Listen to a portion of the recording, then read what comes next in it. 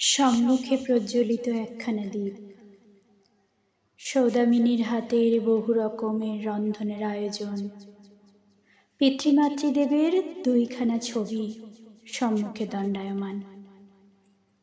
একে একে সালান্য ব্যঞ্জন সাজাইয়া, গলায় অঞ্চল দিয়া ধূপ ধুনা জ্বালাইয়া জামাই ষষ্ঠীর দিনখানি নীরব চোখের জলে বসিয়া রহিয়াছে সৌদামিনী। অপেক্ষা করিতেছে সমরেশের আশার।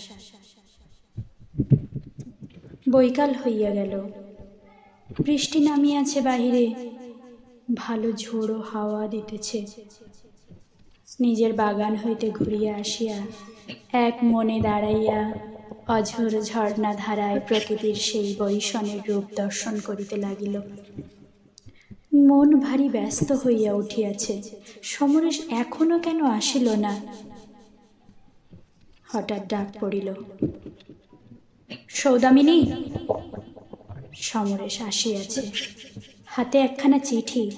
কিসের চিঠি ওটা?